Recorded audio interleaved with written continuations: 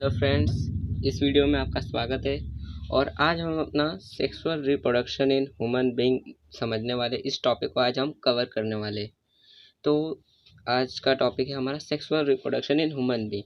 Human beings में कैसे sexual reproduction होता है वो आज का हमारा टॉपिक है।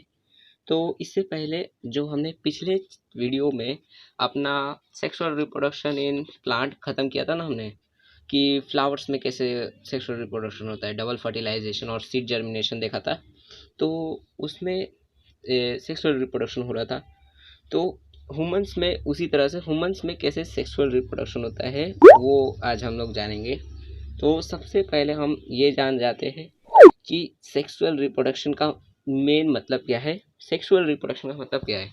तो देखो, सेक्सुअल रिप्रोडक्शन का सिंपल मतलब यही है कि दो गैमेट से मेल गैमेट और फीमेल गैमेट जिनका फ्यूजन होना और उससे एक न्यू ऑर्गेनिज्म बनना, ऐसे रिप्रोडक्शन को सेक्सुअल रिप्रोडक्शन बोलते हैं। तो ह्यूमंस में ऐसे कैसे होता है, मतलब ह्यूमंस में कैसे मेल गैमेट और फीमेल गैमेट कंबाइंड होकर एक न्यू चाइल्ड को बनाते हैं। तो ह्यूमन में जो मेल ह्यूमंस होते हैं, जो लड़के होते हैं और जो लड़कियां होती है, उन दोनों की गैमेट्स का फ्यूजन होकर एक न्यू चाइल्ड बनता है। तो सबसे पहले जो मेल लड़के होते हैं, जो लड़के होते हैं, जो उनके अंदर कौन सा गैमेट बनता है। गैमेट मतलब पता है ना आपको, जो जर्म सेल से मियोसिस सेल डिवीजन से जो जर्म सेल डिवाइड होकर बनते हैं उनको गैमेट बोलते हैं। और वो gamete as a special type के सेल्स होते हैं जो हैप्लॉइड होते हैं। हैप्लॉइड हैप्लॉइड होते हैं।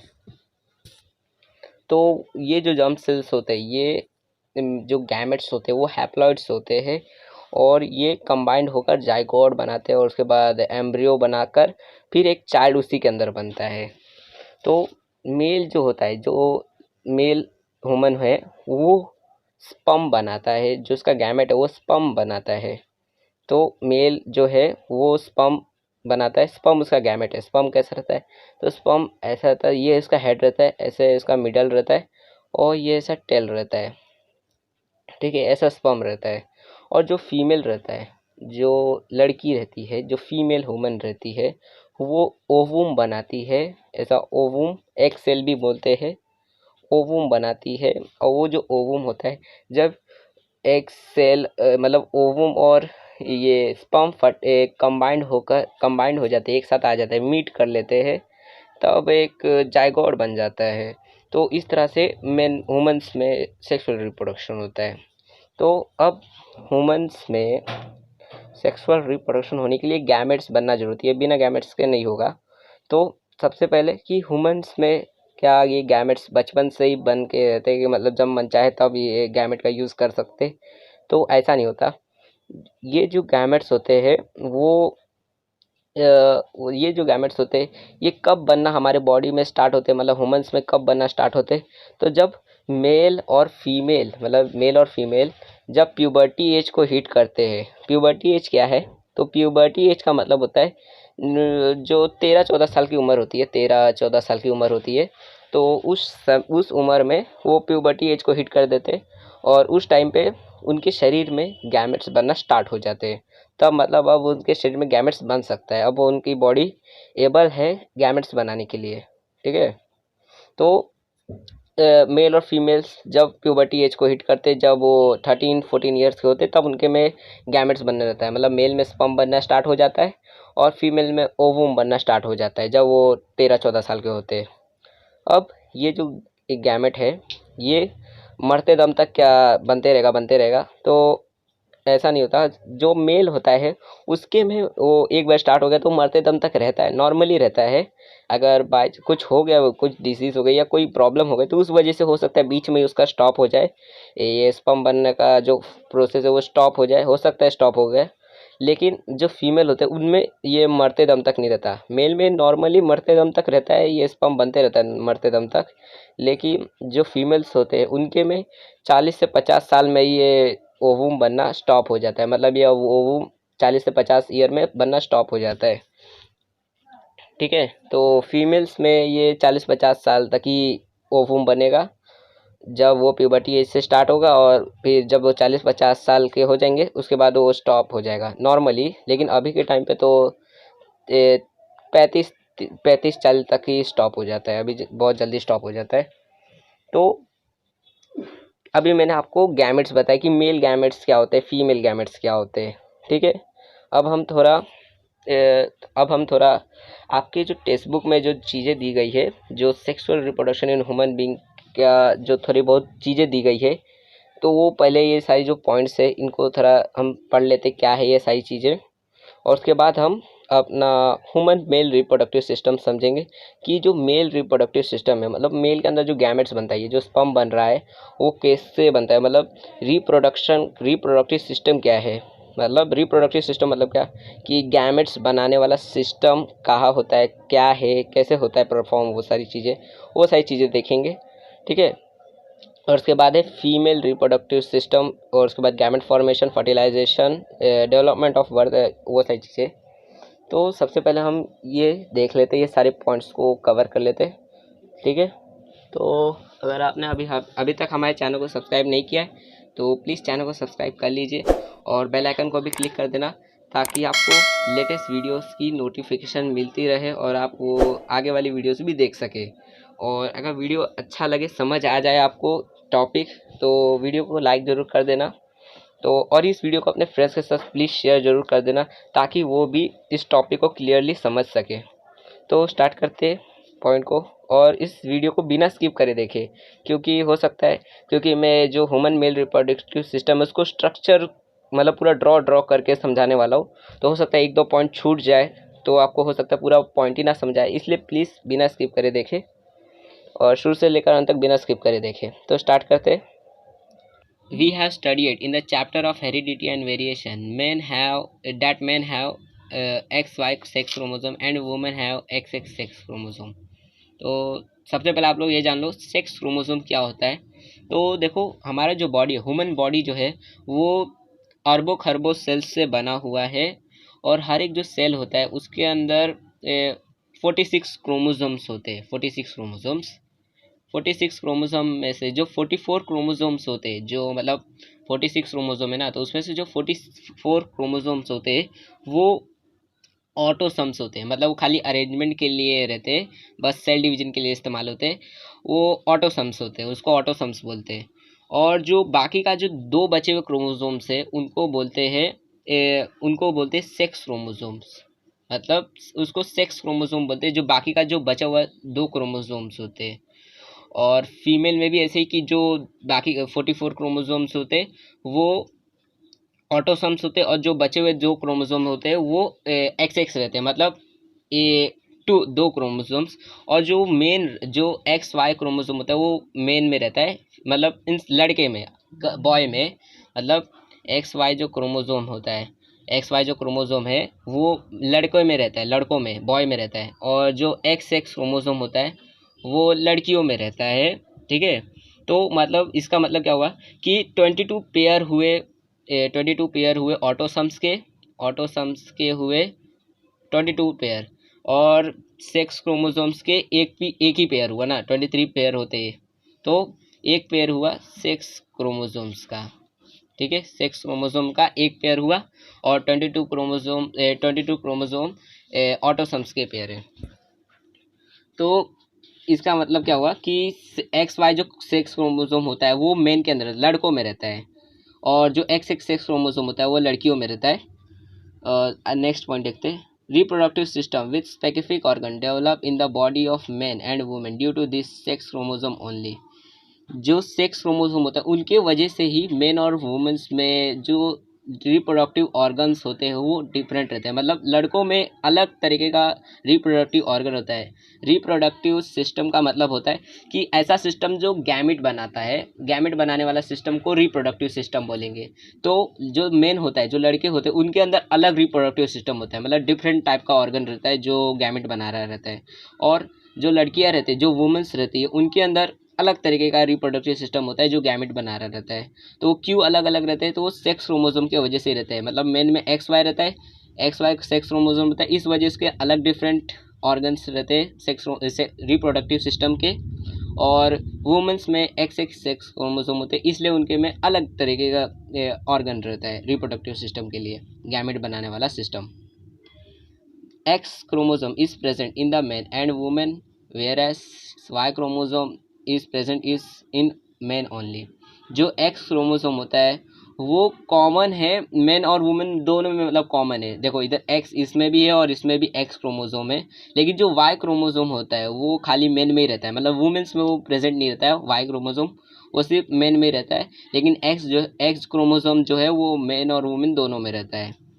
Now we show study the structure and functions of human reproductive system. तो चलो अब हम ह्यूमन रिप्रोडक्टिव सिस्टम को समझते हैं कि ह्यूमंस का जो गैमेट बनाने वाला जो सिस्टम होता है उसका स्ट्रक्चर के बारे में समझते हैं। तो सबसे पहले हम मेल रिप्रोडक्टिव सिस्टम पढ़ेंगे, मतलब human male reproductive system. Human male जो है उसका गैमेट बनाने वाला सिस्टम जो ऑर्गन है उसके बारे में हम थोड़ा डिटेल में समझते हैं। तो चलिए देखते हैं और उसके स्ट्रक्चर को भी हम ड्रॉ करके समझेंगे। तो अब हम ह्यूमन मेल रिप्रोडक्टिव सिस्टम का स्ट्रक्चर जान लेते हैं और स्पर्म कहाँ से बनता है, कैसे बनता है, कैसे बाहर निकलता है, सारी चीज़ें जान लेते हैं। तो पूरे स्ट्रक्चर वाइज पूरे ड्रॉ से ही हम जानेंगे, ठीक है। पूरे ये जो डायग्राम है, ये पूरा डायग्राम हम उसी से पूरा जानेंगे। तो सबसे पहले हम ये जान लेते हैं कि जो मेल जो होते हैं उनमें रिप्रोडक्टिव सिस्टम में, मतलब मेल रिप्रोडक्टिव सिस्टम में क्या चीज़ें होती हैं, मतलब क्या क्या सामान होते हैं, क्या क्या चीज़ें होती है, तो वो देख लेते हैं।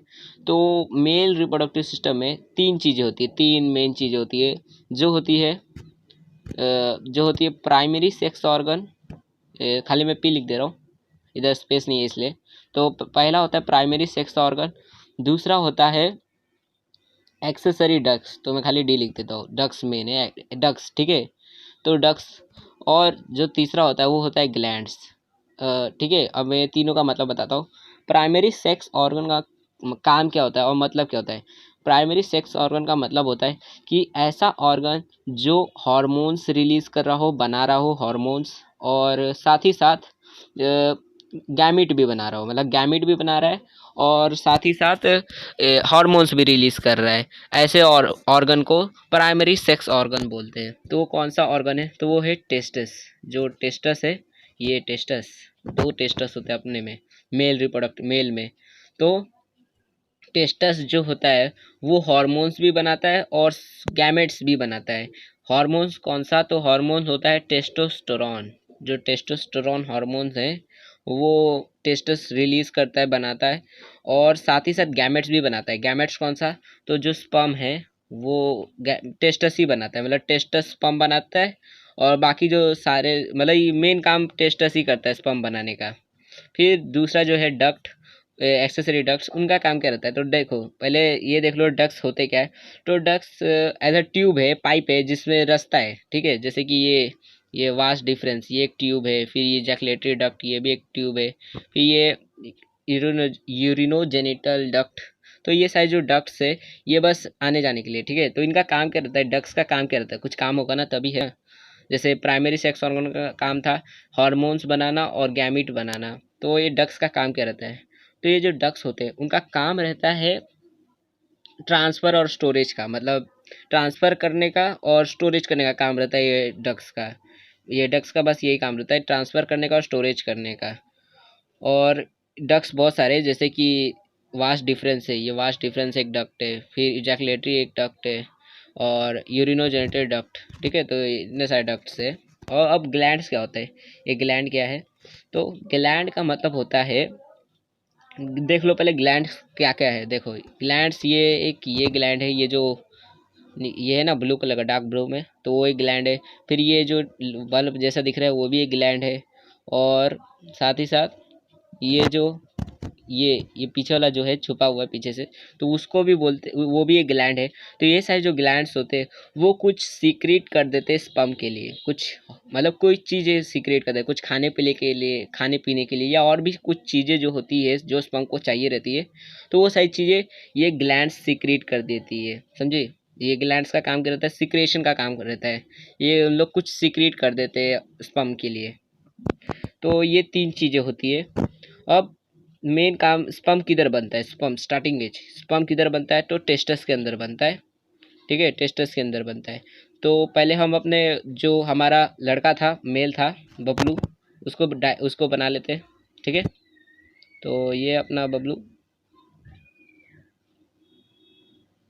Okay, now this is ready. Okay, तो ये इसका माउथ। तो ये जो बबलू है, अब ये इसकी उम्र 13 से लेकर 14 साल की हो गई है, मतलब प्यूबर्टी एज में पहुंच गया है, मतलब मेचोरेशन हो चुका है, प्यूबर्टी एज में आ गया है। तो प्यूबर्टी एज में जब ये पहुंचता है तो इसका जो ब्रेन होता है, जो इसका ब्रेन है, उस ब्रेन के इधर इधर एक पिट्यूटरी ग्लैंड होता है।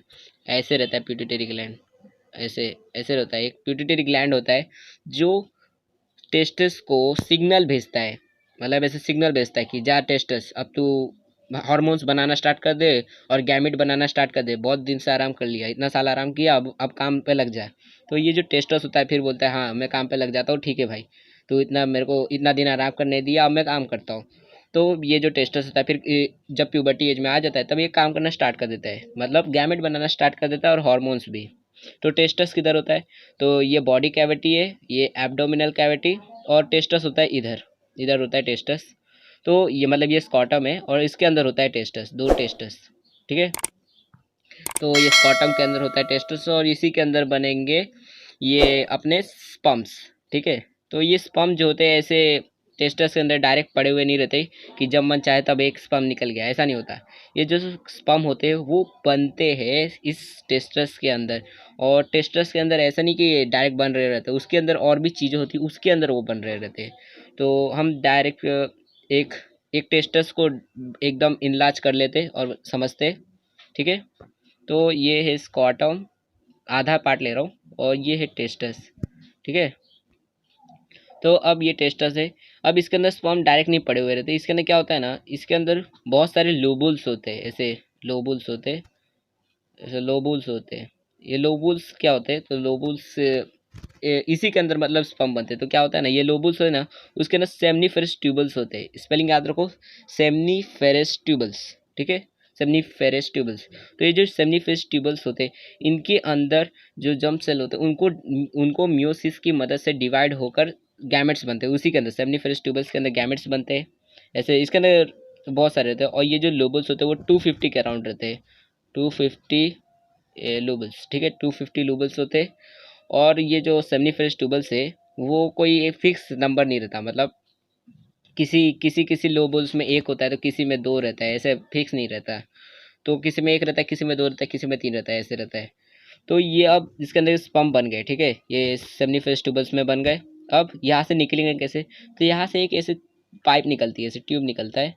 ठीक है, यहाँ से एक ट्यूब निकलेगा, तो ये जो ट्यूब रहते हैं सारे सब मिलाकर एक नेटवर्क बना देते हैं, मतलब सब एक इकट्ठा होकर एक बड़ा सा नेटवर्क बना देते हैं। ऐसे बहुत सारे नेटवर्क बना देते हैं, ऐसे ऐसे ट्यूब रहता है पूरा, ऐसे नेटवर्क बना देते हैं, और इस नेटवर्क को बोलते हैं रेटेटेस्टिस। क्या बोलते हैं, रेटेटेस्टिस। ठीक है, रेटेटेस्टिस। अब क्या होता है, ये जो स्पर्म है वो सेमनीफेरस ट्यूबल से बनकर जाते हैं, फिर रेटेटेस्टिस की इधर से क्रॉस होते हैं। फिर उधर से जाने के बाद क्या होता है, यहाँ पे ऊपर से एक और पाइप निकलता है, ऐसे पाइप निकलते हैं, ऐसे पाइप निकलते हैं। ठीक है, ऐसे ढेर सारे पाइप निकलते हैं। तो अब ये जो पाइप्स होते हैं इसको बोलते हैं वास एफरेंस, वास एफरेंस बोलते हैं इसको। क्या बोलते हैं, वास एफरेंस। ठीक है, अभी जगह नहीं इधर, तो वास एफरेंस इसको बोलते हैं। तो ये जो ट्यूब्स होते हैं इसको वास एफरेंस बोलते हैं। तो यहाँ से फिर स्पम जाएगा, तो यहाँ से स्पम जाएगा। अब ये जो वास एफरेंस होते हैं ये सब मिलाकर एक बड़ी सी ट्यूब बनाते हैं, पूरी 6 मीटर की वो ट्यूब होती है, और मतलब उसका लेंथ है 6 मीटर। तो ये जो ट्यूब होती है उसको बोलते हैं एपिडाइडमिस। ऐसे ट्यूब बनाते हैं, फोल्डिंग होती है इसलिए अटक जाती है, उतनी ही जगह में एडजस्ट हो जाती है। ये वाला जो है ना, ये ट्यूब, इसको बोलते हैं एपिडाइडमिस। तो ये एपिडाइडमिस 6 मीटर का है, और इसको सबसे लॉन्गेस्ट ट्यूब भी बोलते हैं, ट्यूबल्स भी बोलते हैं पूरे मेल रिप्रोडक्टिव सिस्टम का, 6 मीटर का रहता है। तो फिर स्पर्म जो होता है वो चला जाता है, ये इसके अंदर एपिडाइडमिस में चला जाता है। अब क्या होता है, ये जो स्पर्म है इसके अंदर चला गया। अब ये जो स्पर्म रहता है एपिडाइडमिस में जाने के बाद यहाँ से फिर निकलता है और जाता है ये वास्ट डिफरेंस, ये जो ट्यूब दिख जा रही है ऐसे पूरी जा रही है, इसको वास्ट डिफरेंस बोलते हैं। इसका इस ट्यूब डक्ट का नाम है, डक्ट है, तो ये डक्ट का नाम वास्ट डिफरेंस है। तो ये डक्ट्स में फिर ये जाती है, रुको डिलीट कर देता हूँ, हाँ। तो ये जो स्पर्म इधर बना एपिडाइडर्मिस में बना, अब यहाँ से जाएगा वास्ट डिफरेंस में, वास्ट डिफरेंस में जाएगा जाएगा जाएगा जाएगा। अब ये जो वास्ट डिफरेंस होता है ये थोड़ा अलग तरीके से कनेक्ट होता है बाहर निकलने के लिए। ये क्या होता है ना, ये यूरेथ्रा से लूप हो जाता है, मतलब लटक जाता है। यूरेथ्रा कौन क्या है, तो देखो यूरेथ्रा होता है जो अपना किडनी है, किडनी किडनी है ना, तो उससे ये अटैच रहता है और वहीं से यूरिन को लेके आता है। वेस्ट मटेरियल जो है किडनी से जो फिल्टर होके जो वेस्ट मटेरियल आ रहा है, तो वो यूरिनरी ब्लैडर में यूरेथ्रा ही मतलब स्टोर करने के लिए लेके आता है, और फिर यहाँ से फिर ये यहाँ से निकल जाता है फिर। तो ये यूरेथ्रा, इस ट्यूब को यूरेथ्रा बोलते हैं। तो ये जो यूरेथ्रा था उससे ये वास्ट डिफरेंस लटक के जाता है, मतलब पीछे से लटक के जाता है, ऐसे लटक के जाता है, ठीक है, लटक के जाता है। और फिर यहाँ से फिर स्पम जा रहा है जा रहा है, फिर लटक के ये स्पम भी लटक के जा रहा है, उतनी मेहनत करके वो भी लटक के जा रहा है। अब यहाँ पे एक ग्लैंड होता है, ग्लैंड है, ग्लैंड, ग्लैंड का काम क्या है, कुछ सीक्रेट कर देना। तो इस ग्लैंड को बोलते हैं सेमिनल वेसिकल, इस ग्लैंड का नाम है सेमिनल वेसिकल। और ये जो ग्लैंड होता है वो फूड सोर्स प्रोवाइड करता है स्पम को। फ्रूट सोर्स क्या रहता है, तो वो होता है फ्रैक्टोस। फ्रैक्टोस जो होता है वो स्पर्म का फूड सोर्स होता है, मतलब स्पर्म जो होता है वो फ्रैक्टोस को उसके लिए फूड सोर्स है, क्योंकि स्पर्म जो है वो एक सेल ही है ना, एक जर्म सेल है जो मियोसिस से बना हुआ है। तो वो जो सेल होता है उसको कुछ चाहिए रहता है, जैसे हमें कार्बोहाइड्रेट चाहिए तो उस स्पर्म को फ्रैक्टोस चाहिए खाने के लिए। तो ये जो सेमिनल वेसिकल होता है उसको बोलता है ले तू कुछ खा ले, बहुत रास्ता उतना मीट उतना दूरी सफ़र करके आ रहा है, तू ये ले कुछ खा ले ना, मेहनत किया अपना।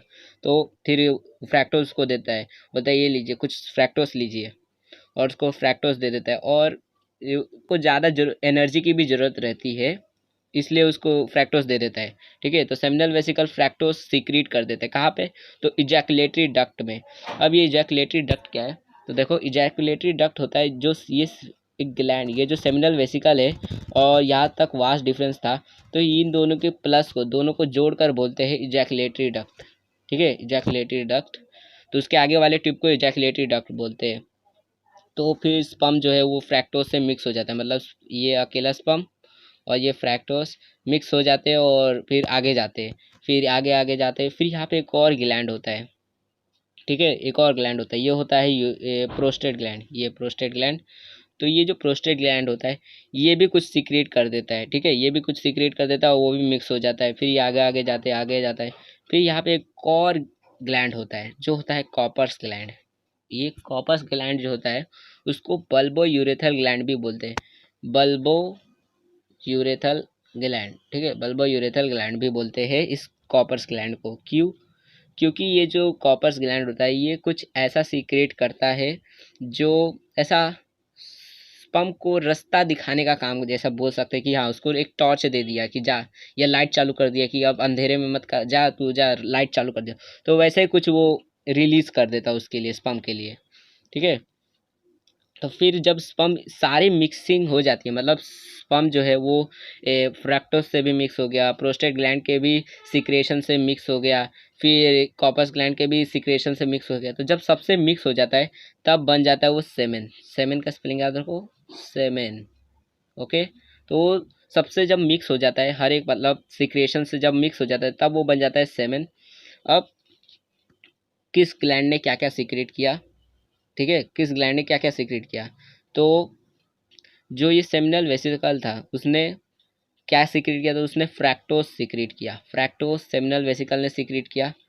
और ये जो प्रोस्टेट ग्लैंड है वो क्या सीक्रेट करता है, उसने क्या दिया, उसने क्या सीक्रेट किया है, ठीक है, तो वो सीक्रेट करता है बहुत सारे आयंस को सीक्रेट करता है, जो आयरन्स होते हैं वो प्रोस्टेट ग्लैंड सीक्रेट करता है।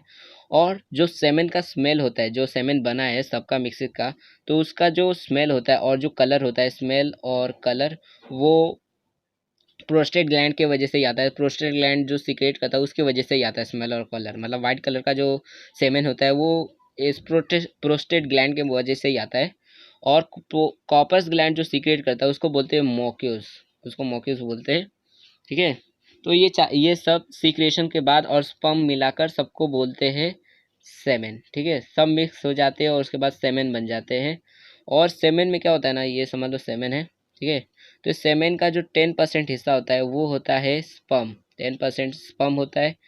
60% होता है 60% होता है फ्रैक्टोज, जो सेमिनल वेसिकल ने सीक्रेट किया था, वो 60% होता है फ्रैक्टोज। और जो 30% बचा हुआ रहता है वो प्रोस्टेट ग्लैंड और कॉपर्स ग्लैंड का सीक्रेशन रहता है, बस 30% ही रहता है। और 60% होता है फ्रैक्टोज, सबसे ज़्यादा फ्रैक्टोज रहता है। ठीक है, तो ये इनका सीक्रेशन पूरा जब मिक्स हो जाता है तब बन जाते हैं इन लोग सेमेन। और सेमेन का कलर और स्मेल कहाँ से आता है, तो प्रोस्टेट ग्लैंड के सीक्रेशन से ही आता है।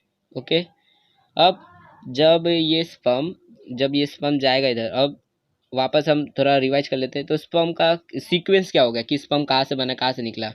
तो सीक्वेंस ये हुआ कि सबसे पहले स्पर्म बनेगा ये सेमनीफेरस ट्यूबल्स में बनने के बाद यहाँ से पाइप से निकलेगा और फिर जाएगा रेटेटेस्टिस में, जो नेटवर्क ऑफ ऑल लोबुल्स।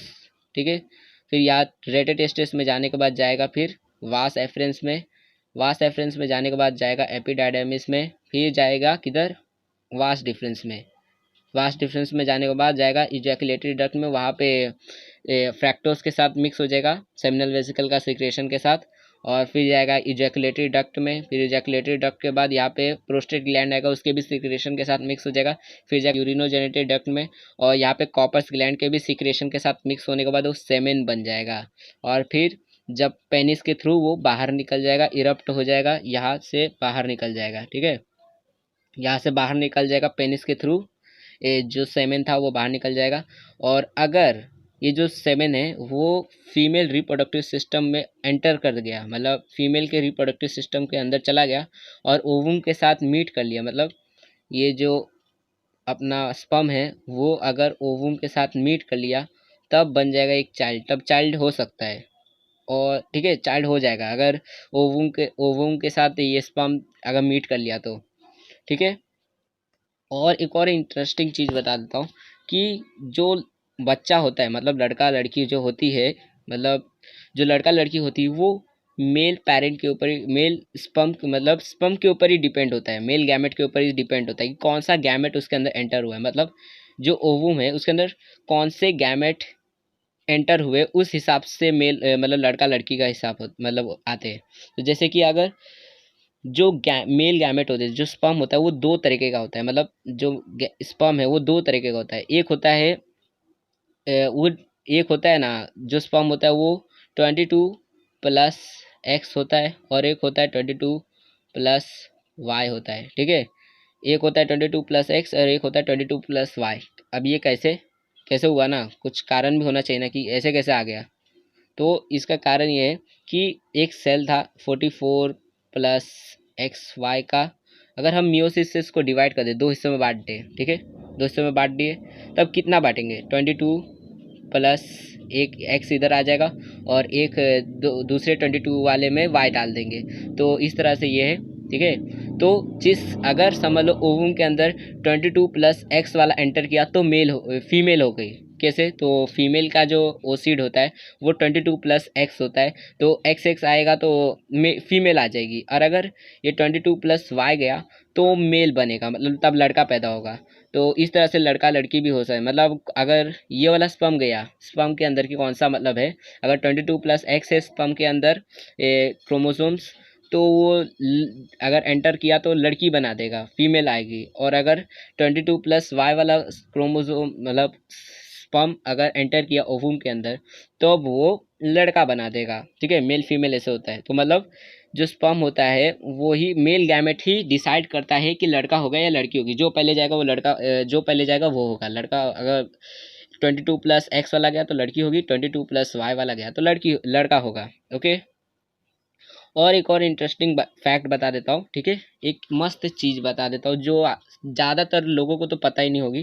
तो ठीक है, तो वो चीज़ ये है कि चाहे स्पर्म लड़का हो या लड़की, मतलब अगर 22+X वाला जाए या 22+Y वाला जाए, कोई भी स्पर्म जाए ओवम के अंदर, तो क्या होता है ना कि 5 to 7 वीक तक हर एक जो अंदर जो चाइल्ड रहता है वो लड़की ही रहती है, फीमेल ही रहता है। क्यों? वो साइंटिफिक स्टडी में पाया गया है कि 5 से लेकर 7 हफ्ते तक ना हर एक जो चाइल्ड होता है वो मतलब लड़का भी हुआ, ये 22+Y वाला भी हुआ तो वो फीमेल ही रहता है मतलब उस टाइम तक, 5 से 7 हफ्ते तक। और उसके बाद उसका जो ऑर्गन्स होते हैं वो डेवलप हो जाते हैं और उसके बाद वो लड़का बन जाता है, उसके बाद डेवलप हो जाता है। और उसका एक सबूत भी है, जैसे कि जो बॉयज़ होते हैं, मतलब ये ज़्यादा अच्छा ड्रॉ नहीं है मेरा, तो ये देखो जो बॉयज़ होते हैं उनका यहाँ पे निपल्स होता है। तो और मतलब ये एक सिंबल है कि मतलब ये लड़की पहले फीमेल थे और उसके बाद हम मेल हुए।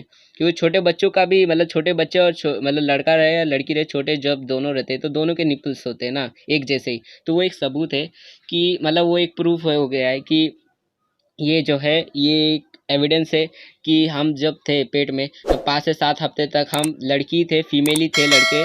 और उसके बाद जब उनका डेवलपमेंट हुआ तो ऑर्गन्स बन गए, वो डेवलपमेंट होने के बाद वो ऑर्गन्स बनने के बाद वो लड़के बन गए। तो ये स्टडी में पाया गया, इंटरेस्टिंग फैक्ट है जो ज़्यादातर लोगों को नहीं पता रहता है। ठीक है,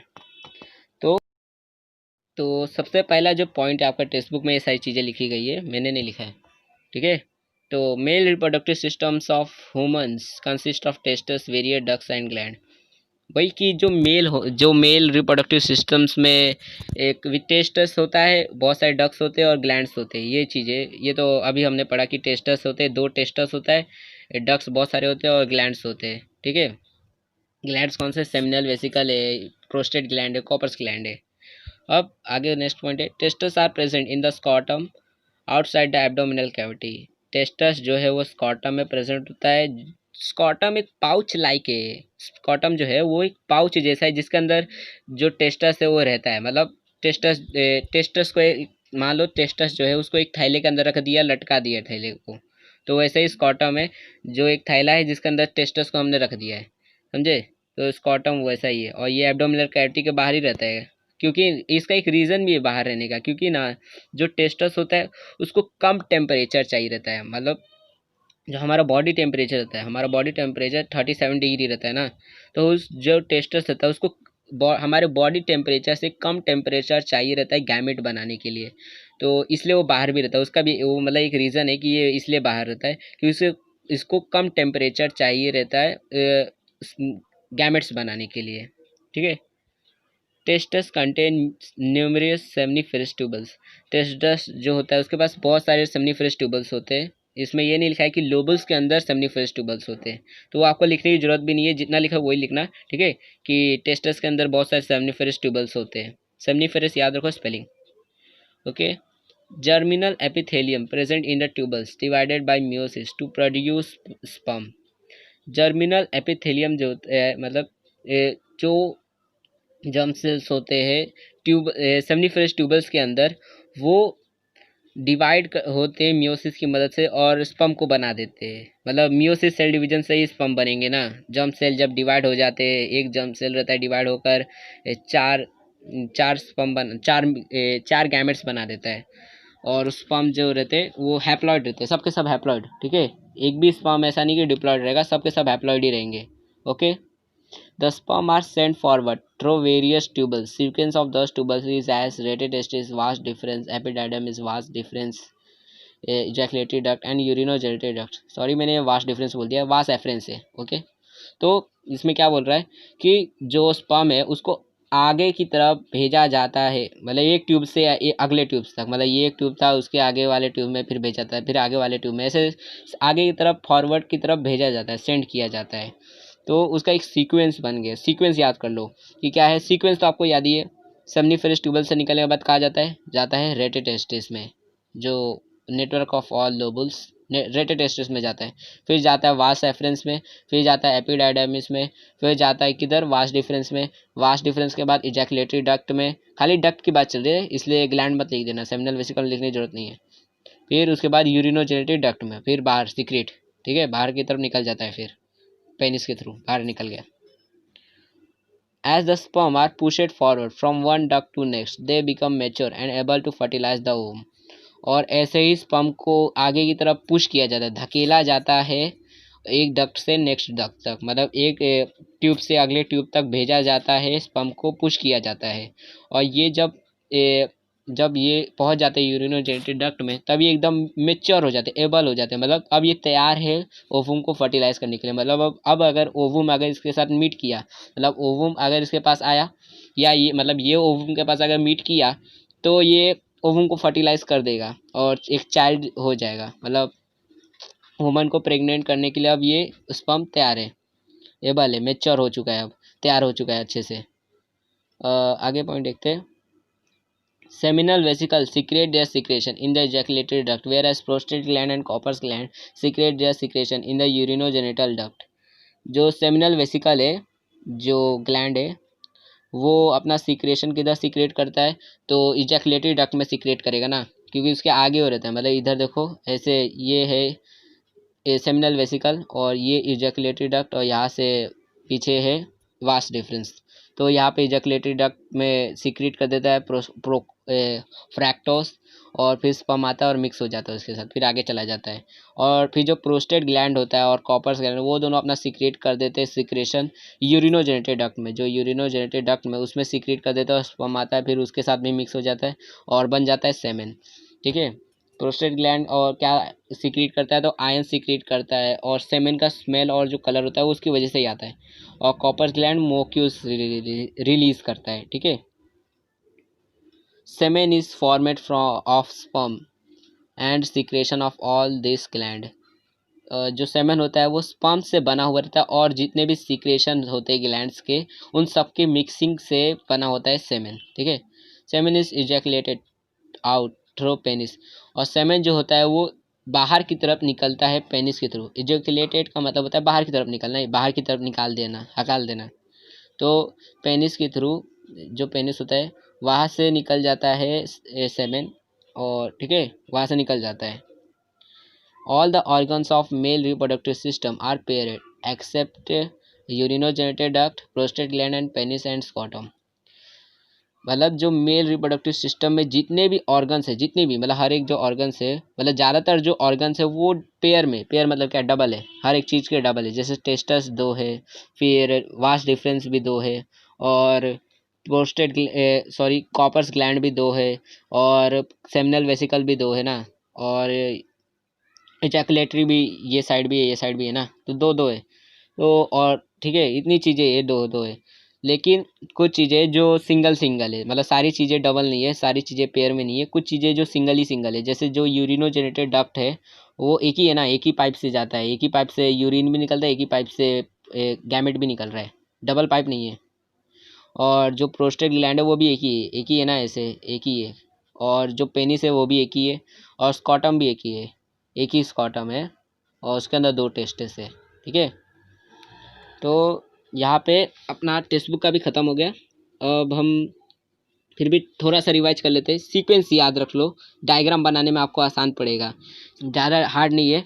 क्या बनाने का, टेस्टस बना देने का, टेस्टस ऐसे बना देने का, ये अपना एपिडायडमिस, फिर वास्ट डिफरेंस, फिर यहाँ से एजैकुलेटरी डक्ट, सेमिनल वेसिकल इधर, और फिर सेमिनल वेसिकल के बाद एजैकुलेटरी डक्ट, फिर इधर प्रोस्टेट ग्लैंड, और ऊपर ये यूरिनरी ब्लैडर बना दो। ठीक है, उसको छोड़ना मत, ऐसे बना देना। फिर यहाँ पे यूरिनोजेनिटल डक्ट, यहाँ पे कॉपर्स ग्लैंड, और ये साइड भी वैसा ही बना देने का। ठीक है, एक साइड का ही बस याद रखने का, सीक्वेंस याद रहेगा। यहाँ पे पेनिस और यहाँ पे स्कॉटम। ठीक है, हो गया, बस इतना ही चीज़ है। तो चलो अब हम लास्ट काम कर लेते जो अपना है। तो अब हम अपना जो मेल रिप्रोडक्टिव सिस्टम है उसका साइड व्यू देख लेते हैं, वो साइड से कैसा दिखता है। ठीक है, क्योंकि जो टेक्स्ट बुक में डायग्राम है उसमें उससे उतने अच्छे से समझ नहीं आ रहा है क्या, तो साइड व्यू देख लेते हैं, साइड व्यू से पूरा समझ आ जाएगा। तो हमने बोला भी था साइड व्यू देखेंगे बाद में, तो अब देख लेते हैं साइड व्यू। ठीक है, तो साइड व्यू में देखते, तो यहाँ पे देखो ये है स्कॉटम, ये स्कॉटम है, और यहाँ पे है टेस्टस, ये है टेस्टस। ओके, ये टेस्टस है, और ये है एपिडायडमिस, और ये वास्ट डिफरेंस, ये जो ट्यूब निकल रहा है, ये जो ट्यूब निकल रहा है इसको वास्ट डिफरेंस बोलते हैं। और फिर ये यूरिनोजेनिटल डक्ट, ये है प्रोस्टेट ग्लैंड, और ये है इजैकुलेटरी डक्ट, और ये है सेमिनल वेसिकल, ये है सेमिनल वेसिकल, और ये है ब्लैडर, यूरिनरी ब्लैडर, ठीक है। और बाकी सारी चीज़ें हैं, वो सारी चीज़ें होनी। मेल रिप्रोडक्टिव सिस्टम खाली हम लोग को समझने का ना, तो उतने पे ध्यान दो, ओके। तो और कॉपर्स ग्लैंड इधर है, यहाँ पे है कॉपर्स ग्लैंड, यहाँ पे कॉपर्स ग्लैंड है, ठीक है। और वास्ट डिफरेंस ये है, एपिडाइडमिस ये, स्कॉटम ये अपना penis, okay, this is penis, okay. और ये यूरिनोजेनेटेड डक्ट, और स्पर्म यहाँ से बन के निकलेगा, जाएगा जाएगा जाएगा जाएगा जाएगा और इधर से बाहर निकल जाएगा, ठीक है, सेमेन बाहर निकल जाएगा।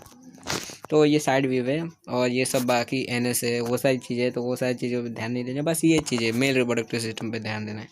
तो ये साइड व्यू हो गया। अब हम अपना यहीं पे तक देखेंगे, ठीक है।